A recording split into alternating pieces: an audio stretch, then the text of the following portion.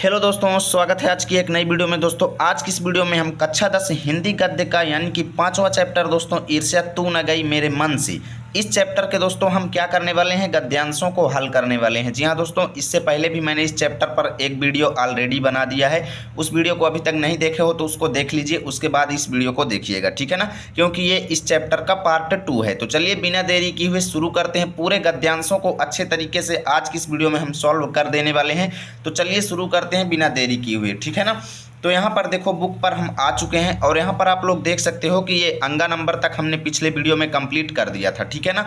और आज की इस वीडियो में ये 4 नंबर जो गद्यांश है इसको हम सॉल्व करेंगे और इसके आगे के आने वाले सभी गद्यांशों को आज की इस वीडियो में हम खत्म करने वाले हैं, ठीक है ना, एकदम बेहतर तरीके से। तो चलिए शुरू करते हैं। तो यहाँ पर देखो ये गद्यांश क्या कहता है कि श्रोता मिलते ही उनका ग्रामोफोन बजने लगता है। किनका ग्रामोफोन बजने लगता है भैया? जो लोग ईर्ष्यालु होते हैं, जो लोग एक दूसरे से निंदा करते हैं, निंदक व्यक्ति होते हैं, उनका ग्रामोफोन बजने लगता है। ग्रामोफोन बजने का मतलब है दोस्तों कि वो अपने हृदय की सारी व्याख्याएं, यानी वो जितना ज़्यादा जलते हैं एक दूसरे से, जितना ज़्यादा वो एक दूसरे से ईर्ष्या रखते हैं, वो किसी भी व्यक्ति को जो उनका श्रोता मिल जाए, यानी उनकी बातों को सुनने वाला यदि उनको मिल जाता है तो वो उससे झट अपनी सभी बातें बताने लगते हैं, ठीक है ना।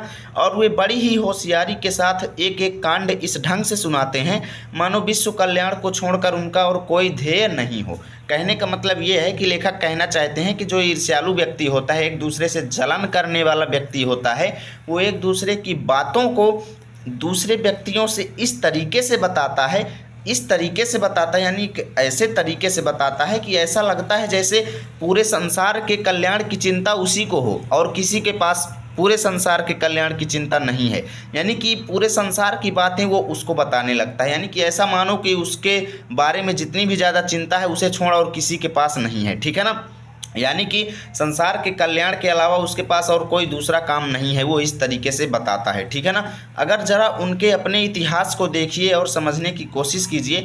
लेखक कहते हैं कि अगर निंदक व्यक्ति या ईर्ष्यालु व्यक्ति के अगर उनकी हिस्ट्री को देखा जाए, उनके इतिहास को देखा जाए और समझने की कोशिश किया जाए, समझा जाए कि जब से उन्होंने इस सुकर्म का आरंभ किया है, किस सुकर्म का मतलब इस सुकर्म का, एक दूसरे की ईर्ष्या करने वाले सुकर्म का, यानी एक दूसरे की ईर्ष्या जब से उन्होंने करना शुरू किया है, एक दूसरे से जब वो ईर्ष्या करना शुरू किए या एक दूसरे से निंदा करना शुरू कर दिए, तब से वे अपने क्षेत्र में आगे बढ़े हैं या पीछे हटे हैं। यानी कि उन्होंने उन्नति किया है या फिर अवनति किया है। यानी कि अगर देखा जाए और समझा जाए कि जब से उन्होंने एक दूसरे की बुराई करना चालू किया है तब से वो आगे बढ़े हैं कि पीछे हटे हैं, ठीक है ना।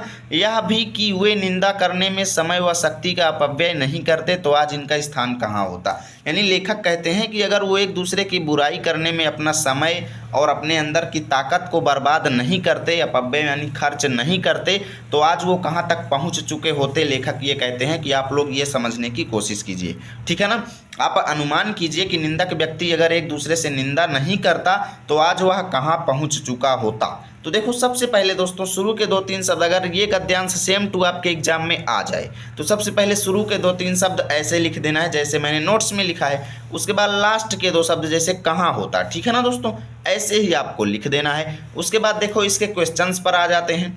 तो देखो दोस्तों पहला क्वेश्चन क्या है, उपर्युक्त गद्यांश का संदर्भ लिखिए। तो दोस्तों आपको क्या करना है, सिंपल संदर्भ लिख देना है। कैसे लिखना है देखो मैं बता रहा हूँ। तो संदर्भ हेडिंग आपको एग्जाम में ऐसे ही डाल देना है, पहला नंबर डाल के।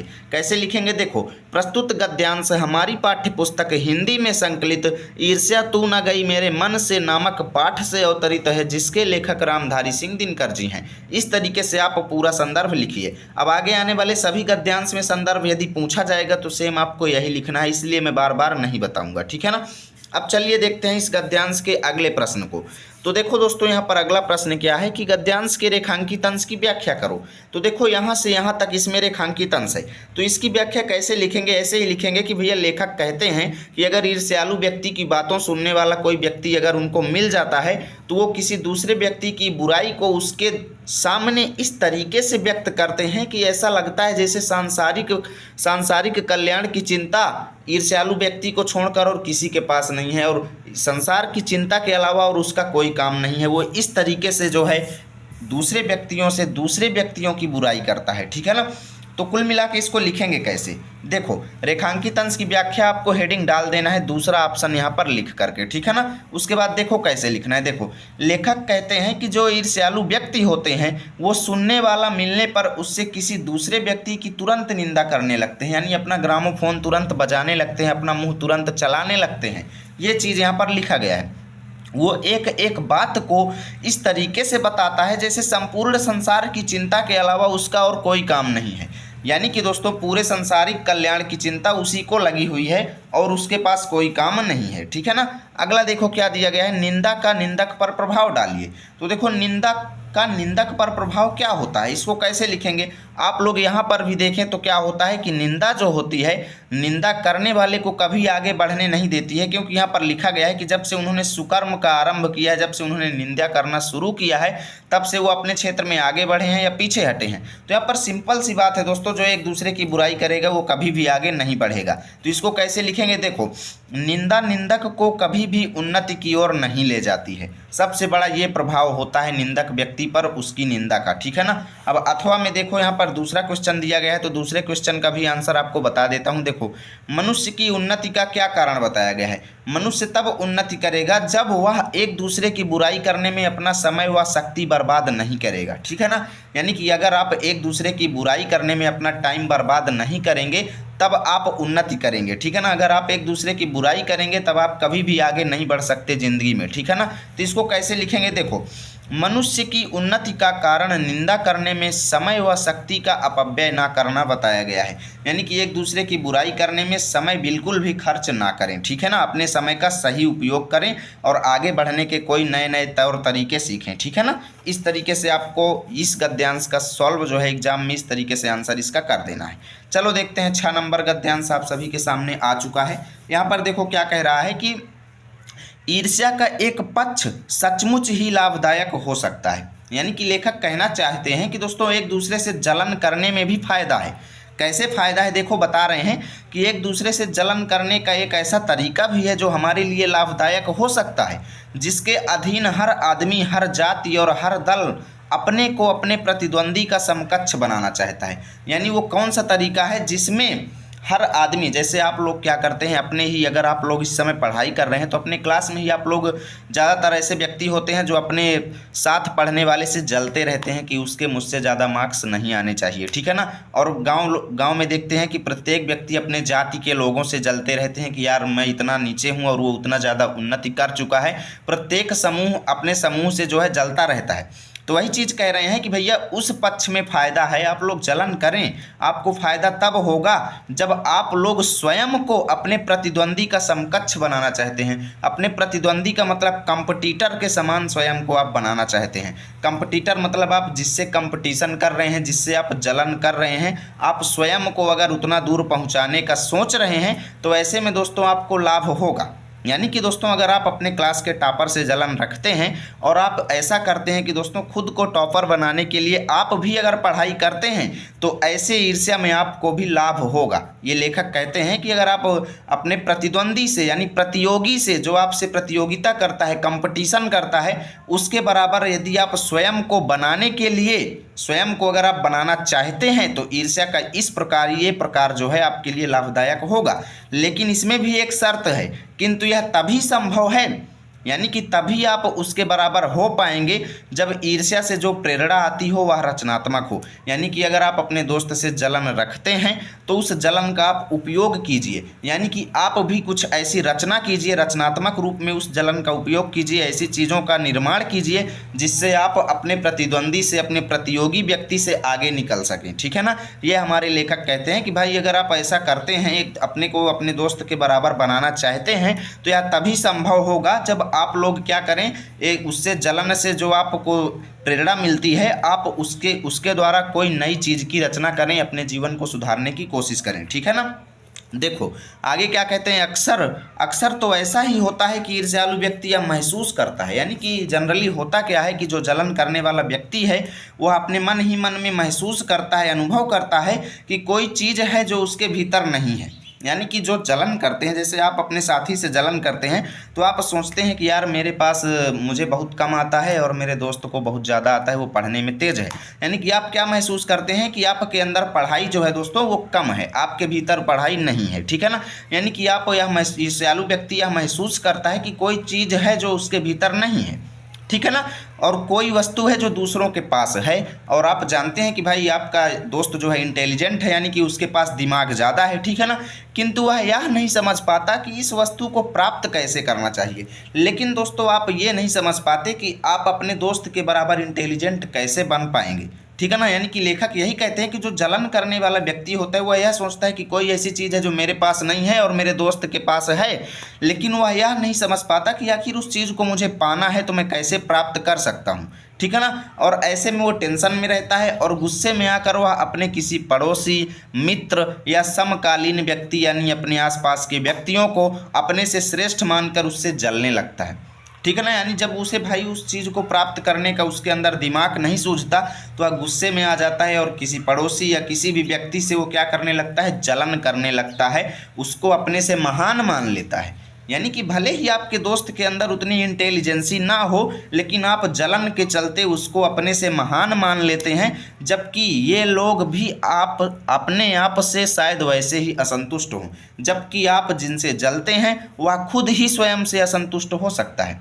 यानी कि दोस्तों जिससे आप जलते हैं वो स्वयं से असंतुष्ट हो सकता है, यानी वो खुद सोचता होगा कि यार मैं बहुत कम पढ़ पाता हूँ अभी, मैं बहुत, यानी वो और किसी दूसरे व्यक्ति से जलता होगा, यानी कि वो स्वयं से भी असंतुष्ट होगा, वो स्वयं से संतुष्ट नहीं होगा। जिसे आप लोग श्रेष्ठ समझते हैं, जिसे आप लोग स्वयं से महान समझते हैं, वह खुद व्यक्ति स्वयं से संतुष्ट नहीं है, यानी कि वह अपने आप को महान नहीं समझ रहा है, वह अपने आप को खुद जो है छोटा समझ रहा है, ठीक है ना। उसके बाद देखो अगर ये गद्यांश आता है तो सबसे पहले करेंगे क्या, मैं आपको नोट्स में दिखाता हूँ, ठीक है ना।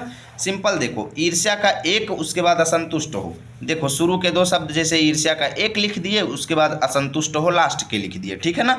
उसके बाद देखो उपर्युक्त गद्यांश का संदर्भ, तो संदर्भ तो देखो पूर्वत रहेगा, जो पहले वाले गद्यांश में बताया हूँ सेम वही यहाँ पर भी लिख लीजिएगा, ठीक है ना, अपने नोट्स में। उसके बाद देखो रेखांकित अंशों की व्याख्या, तो मैंने आपको अभी इसकी व्याख्या, पूरे गद्यांश की व्याख्या मैंने एक्सप्लेन किया है। अब बात आती है इसको लिखेंगे कैसे। देखो ईर्ष्या का एक पक्ष सचमुच ही लाभदायक हो सकता है, तो इसको कैसे लिखेंगे। देखो लेखक कहते हैं कि भाई ईर्ष्या का वह प्रकार बहुत लाभदायक होता है। कौन सा प्रकार, आगे नेक्स्ट पेज पर चलते हैं।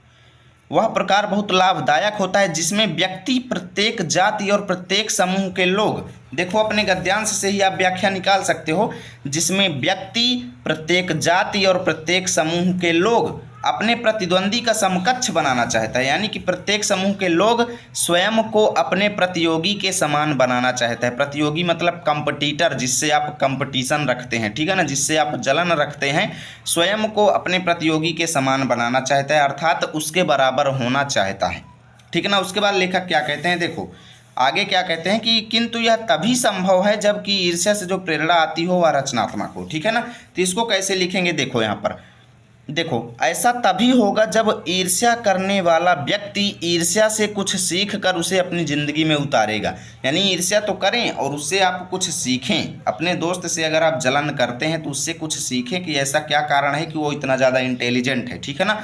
यानी कि आप उसका अपने जीवन में जो है उसको उतारिए और उसको जो है उससे कुछ नई नई चीज़ों को सीखिए, अर्थात ईर्ष्या करके स्वयं भी कुछ नई रचना करेगा, तभी वह अपने प्रतियोगी के बराबर हो पाएगा। ये हमारे लेखक जी कहते हैं। आप लोग इसका स्क्रीनशॉट ले सकते हो, ठीक है ना। बाकी मैं पूरी आपको PDF नोट्स भी दे दूंगा अपने Telegram channel learn with RP पर, ठीक है ना। उसके बाद देखो अगला क्या है, यहाँ पर देखो अगला देखो क्वेश्चन यहाँ पर क्या है, ईर्ष्यालु व्यक्ति क्या महसूस करता है। तो यहाँ पर देख सकते हो कि ईर्ष्यालु व्यक्ति यह महसूस करता है कि कोई चीज़ है जो उसके भीतर नहीं है, कोई वस्तु है जो दूसरों के पास है, किंतु वह यह नहीं समझ पाता कि इस वस्तु को प्राप्त कैसे करना चाहिए, ठीक है ना। तो इसको कैसे लिखेंगे, देखो ईर्ष्यालु व्यक्ति यह महसूस करता है कि कोई चीज़ है जो उसके पास नहीं है, कोई दूसरे के पास है, किंतु वह यह नहीं समझ पाता कि उस वस्तु को किस तरीके से प्राप्त करना चाहिए। अथवा में देखो अगला क्वेश्चन क्या दिया गया है, यहाँ पर मनुष्य की उन्नति का क्या कारण बताया गया है। तो आप लोग अगला देखो, यहाँ पर देखो ईर्ष्या का लाभदायक पक्ष क्या है। तो ईर्ष्या का वह पक्ष लाभदायक है दोस्तों जिसमें ईर्ष्यालु व्यक्ति स्वयं को जिससे जलता है उसके बराबर बनाना चाहता है, ठीक है ना। तो इसको कैसे लिखेंगे, देखो ईर्ष्या का वह पक्ष लाभदायक होता है जिसमें व्यक्ति अपने प्रतिद्वंदी से ईर्ष्या करके, यानी कि अपने प्रतियोगी से, कंपटीटर से ईर्ष्या करके स्वयं कुछ नई रचना करता है, अर्थात स्वयं को उसके बराबर बनाने के लिए कोई प्रयत्न करता है, वह पक्ष लाभदायक होता है। यानी कि आप जलन करें लेकिन उससे कुछ चीज़ें सीख कर आप भी अपने लाइफ में कुछ ऐसा चीज़ करें कि आप अपने कंपटीटर से अच्छा हो पाएँ, ठीक है ना। चलो चलते हैं अब हम अगले गद्यांश पर और नेक्स्ट पेज पर। तो देखो हम आ चुके हैं यहाँ पर नेक्स्ट पेज पर, अगला गद्यांश तो पहले आपको बुक में पढ़ाते हैं, ठीक है ना। यहाँ पर देखो अगला गद्यांश क्या दिया गया है दोस्तों। अभी तक कई लोग वीडियो को लाइक नहीं किए होंगे तो भैया लाइक शेयर कर दीजिएगा, हवा बहुत तेज चल रही है, ठीक है ना। देखो यहाँ पर अगला देखो, आप कहेंगे कि निंदा के बाण से अपने प्रतिद्वंदियों को बेध कर हंसने में एक आनंद है और यह आनंद ईर्ष्यालु व्यक्ति का सबसे बड़ा पुरस्कार है।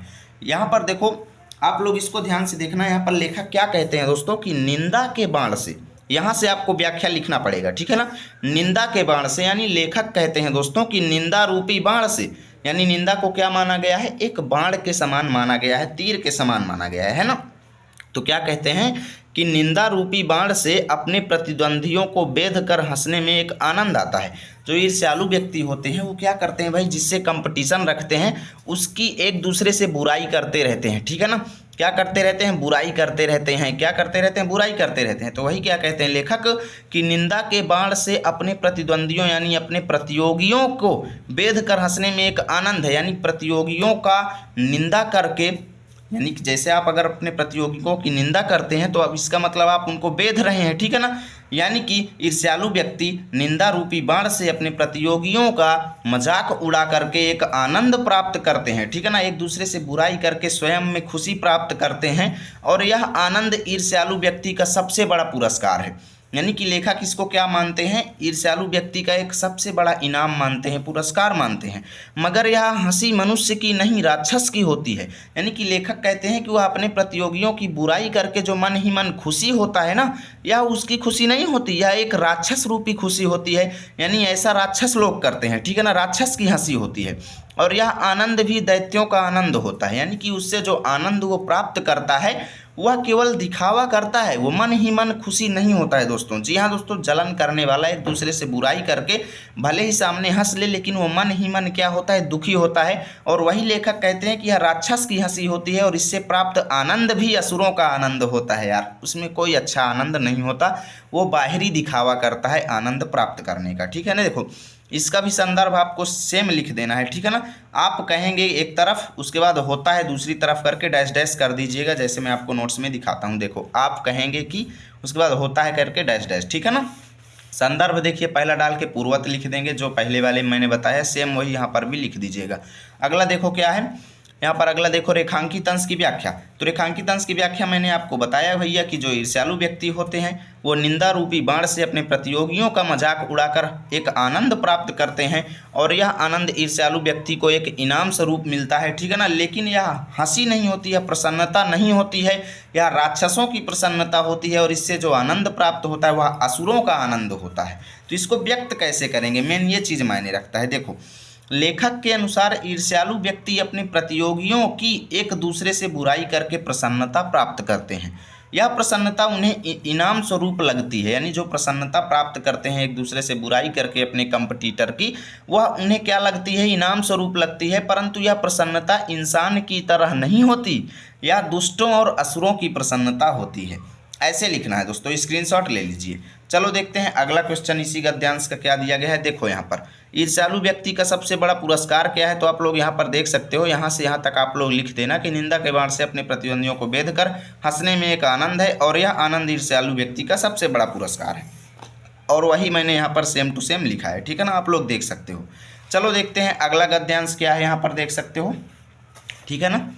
अगला गद्यांश देखो क्या दिया गया है। देखो चिंता को लोग चिता कहते हैं। क्या कहते हैं, चिंता को लोग चिता कहते हैं। जिसे किसी प्रचंड चिंता ने पकड़ लिया है उस बेचारे की ज़िंदगी ही खराब हो जाती है। यानी कि यहाँ पर लेखक ये कहते हैं कि भाई अगर आप अपने मस्तिष्क में टेंशन रखते हैं, चिंता करते हैं, तो वह आपके शरीर को नष्ट कर सकती है, वह चिता के समान है। यानी अगर आपके मन में चिंता है, टेंशन है, तो वह चिता के समान है, जिसे किसी प्रचंड चिंता ने पकड़ लिया है, उस बेचारे की ज़िंदगी खराब हो जाती है।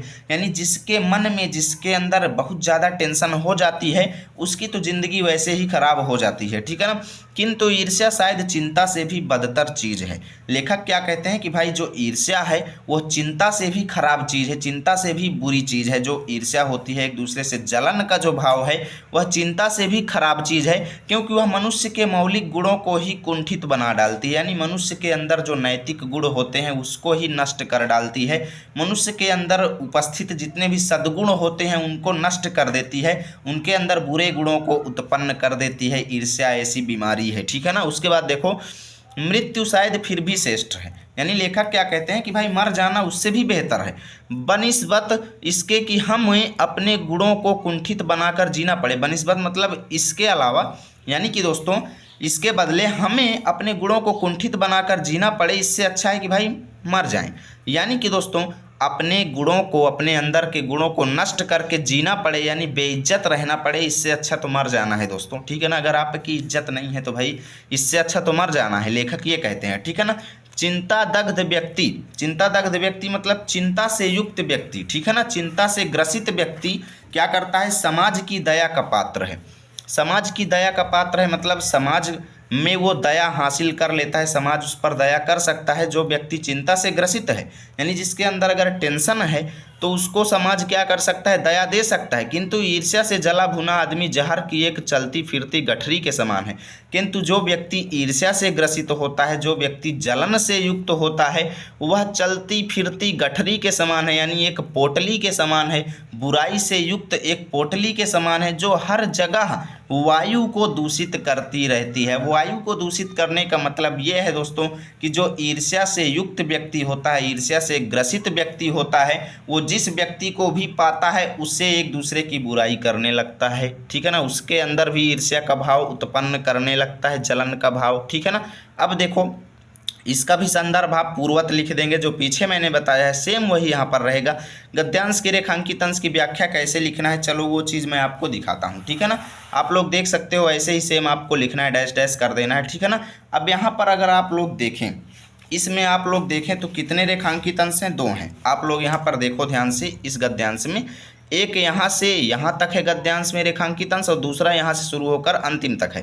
तो इसको कैसे लिखेंगे, देखो चिंता को लोग चिता कहते हैं, तो इसको कैसे लिखेंगे, यहाँ पर देख सकते हो कि भाई लेखक के अनुसार चिंता एक चिता के समान होती है, जो व्यक्ति को नष्ट कर देती है। उसके बाद देखो गद्यांश में क्या दिया गया है कि जिसे किसी प्रचंड चिंता ने पकड़ लिया है, उस बेचारे की ज़िंदगी खराब हो जाती है। तो इसको कैसे लिखेंगे, देखो जिस व्यक्ति के अंदर बहुत तीव्र चिंता उत्पन्न हो जाती है, प्रचंड मतलब तीव्र चिंता उत्पन्न हो जाती है, वह उसको बर्बाद करके रख देती है, अर्थात उसको उन्नति करने से रोकती है, ठीक है ना। अब अगली हेडिंग आप डालेंगे द्वितीय रेखांकित अंश की व्याख्या, वो मैं आपको नेक्स्ट पेज पर दिखाता हूँ, ठीक है ना।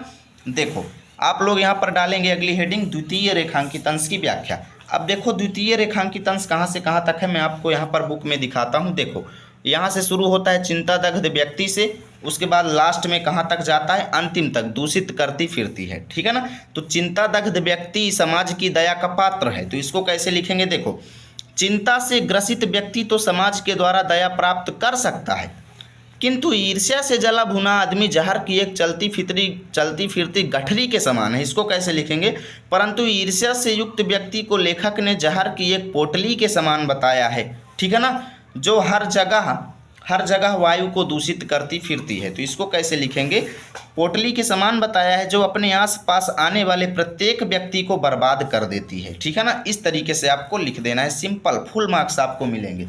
अगला क्वेश्चन देखो इसी गद्यांश का क्या दिया गया है, ईर्ष्यालु व्यक्ति की क्या दशा होती है। तो भाई ईर्ष्यालु व्यक्ति की क्या दशा होती है, पर देख सकते हो कि ईर्ष्यालु व्यक्ति जहर की एक गठरी के समान है, जो प्रत्येक व्यक्ति को बुरा बना देती है। सिंपल ऐसे आपको लिखना है, ठीक है ना। उसके बाद देखो अगला, ईर्ष्या चिंता से भी बदतर चीज क्यों है, यानी ईर्ष्या चिंता से भी खराब क्यों है। देखो ईर्ष्या चिंता से भी बदतर है क्योंकि वह मनुष्य के मौलिक गुणों को ही कुंठित बना डालती है। आप लोग गद्यांश में भी देख चुके हो, यहाँ पर सिंपल ही तरीके से यहाँ पर बताया गया है दोस्तों। आप लोग यहाँ पर देख सकते हो कि ईर्ष्या जो होती है यहाँ पर देख सकते हो ईर्ष्या शायद चिंता से भी बदतर चीज़ है, क्योंकि यह मनुष्य के मौलिक गुणों को ही कुंठित बना डालती है। तो सिंपल ऐसे आपको लिख देना है, गद्यांश आपका सॉल्व हो जाएगा। चलो देखते हैं अब हम अगला गद्यांश। तो यहाँ पर बुक में चलते हैं नेक्स्ट पेज पर, ठीक है ना। यहाँ पर देखो अगला गद्यांश क्या है, देखो ईर्ष्या मनुष्य का चारित्रिक दोष नहीं है। यानी कि लेखक क्या कहते हैं कि ईर्ष्या जो है व्यक्ति का चारित्रिक दोष नहीं है, चरित्र का दोष नहीं है, उसके आचरण का दोष नहीं है, प्रत्युत इससे मनुष्य के आनंद में भी बाधा पड़ती है। यानी कि इससे जो होता है, क्या होता है, मनुष्य के मन में जो खुशियाँ होती हैं वो ईर्ष्या क्या कर लेता है, छीन लेता है। यानी मनुष्य के अंदर, मनुष्य के पास जो प्रसन्नता भी होती है वो ईर्ष्या के रहते जो है क्या हो जाती है, फीकी पड़ जाती है, ठीक है ना। क्या होता है दोस्तों कि अगर किसी व्यक्ति के अंदर जलन हो जाती है तो वो एक दूसरे से कंपटीशन के चक्कर में उसके पास जो मौजूद चीज़ें होती हैं उसका भी वो स्वाद नहीं ले पाता। यानी कि जब भी मनुष्य के हृदय में ईर्ष्या का उदय होता है तो सामने का सुख उसे मध्यम सा दिखने लगता है। यानी लेखक कहते हैं कि भाई अगर किसी व्यक्ति के मन में जलन उत्पन्न हो जाती है तो उसके पास जो सुख सुविधाएं होती हैं वह उसे फीकी पड़ने लगती हैं, मध्यम सा मतलब कमज़ोर लगने लगती हैं। यानी कि उन सुख सुविधाओं से वह संतुष्ट नहीं होता है, ठीक है ना। पक्षियों के गीत में जादू नहीं रह जाता है और फूल तो ऐसे हो जाते हैं मानो वो देखने योग्य ही ना हो, ठीक है ना। आप कहेंगे कि निंदा के बाण से अपने प्रतिद्वंदियों को बेध कर हंसने में एक आनंद है और यह आनंद ईर्ष्यालु व्यक्ति का सबसे बड़ा पुरस्कार है। ये तो पिछले वाले में भी था, इसको मैंने एक्सप्लेन कर दिया है, ठीक है ना। उसके बाद देखो संदर्भ, तो इसका भी सेम टू सेम रहेगा। संदर्भ जो है पहले वाले में सेम वही यहाँ पर रहेगा। रेखांकित अंश की व्याख्या देखो यहाँ से यहाँ तक, यानी कि जब भी व्यक्ति के अंदर ईर्ष्या जन्म ले लेती है तब उसके पास उपस्थित सुख सुविधाएं भी उसे फीकी पड़ने लगती हैं। ऐसे आपको लिखना है। देखो रेखांकित अंश की व्याख्या, लेखक कहते हैं कि जिस व्यक्ति के मन में ईर्ष्या का भाव पैदा हो जाता है उसे उसके पास मौजूद सारी सुख सुविधाएं फीकी लगने लगती हैं तथा दूसरों की सुख सुविधाएं अच्छी लगने लगती हैं। ऐसे लिखना है, ठीक है ना। अगला क्वेश्चन देखो, ईर्ष्यालु व्यक्ति का सबसे बड़ा पुरस्कार क्या है। तो ये पिछले गद्यांश में भी था कि भाई निंदा के बाण से अपने प्रतिद्वंदियों को बेध कर हंसने में उत्पन्न आनंद ईर्ष्यालु व्यक्ति का सबसे बड़ा पुरस्कार है। तो दोस्तों आज की वीडियो को यहीं पर ख़त्म करते हैं। नेक्स्ट वीडियो में हम इस चैप्टर को फिनिश कर देंगे, ठीक है ना। ये सेकेंड पार्ट है, पार्ट 1 का लिंक डिस्क्रिप्शन में दिया गया है, अभी तक नहीं देखे हो तो जाकर देख लेना। इसकी नोट्स के लिए टेलीग्राम पर लर्न विथ आरपी सर्च करके हमारे चैनल को ज्वाइन कीजिए। मिलेंगे आपके साथ नए वीडियो में, तब तक के लिए जय हिंद जय भारत।